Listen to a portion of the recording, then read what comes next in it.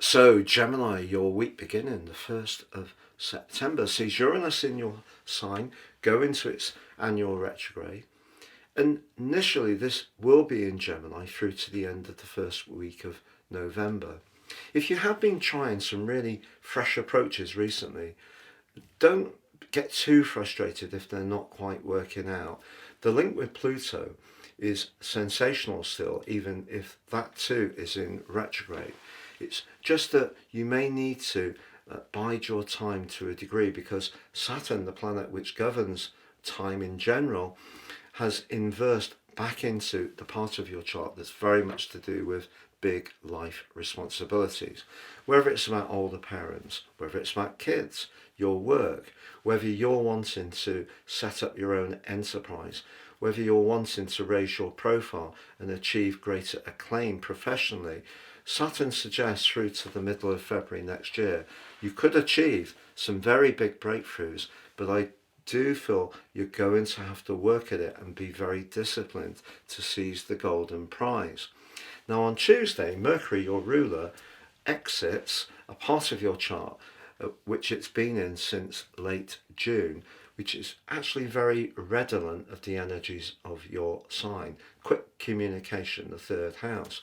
The host, however, is Leo, or was, is very prideful, but because of the retrograde, there may have been some cross wires over the last 10 weeks or so.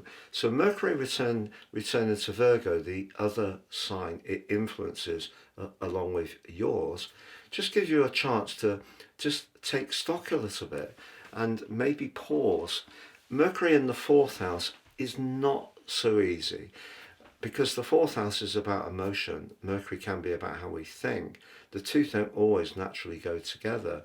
Emotion is about feeling, which we get the chance to embrace with the lunar eclipse on Saturday.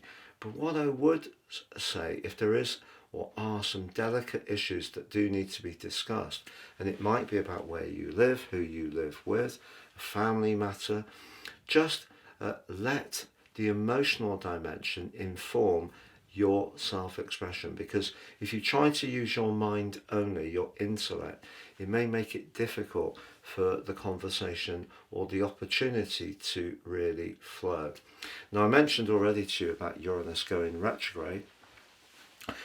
Uranus will come back into your sign at the end of April next year for around about 7 years. So you've got that to look forwards to. And also know, when Uranus first moved into Gemini this year, it did forge some sensational angles. So your unique way of looking at things and explaining or expressing yourself is going to be in vogue generally in the years ahead.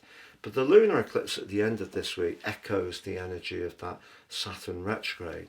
It's very important, even when it comes to ambitions or your connection to the world, or any role you have where people look up to you or you have responsibilities, that you're not too businesslike, it's not too transactional, that you retain a touch that's very much in keeping with the more emotional and sensitive potential of the sign of Pisces. Pisces is very intuitive. You can be very logical, so that's a bit of a contrast.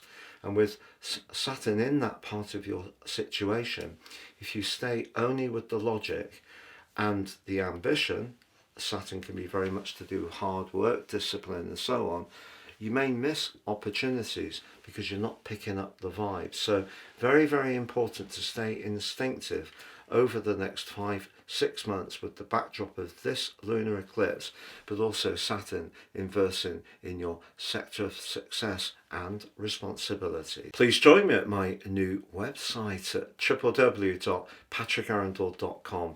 There's loads of celestial goodies for you to enjoy, including downloading your free natal chart and wonderful interpretation.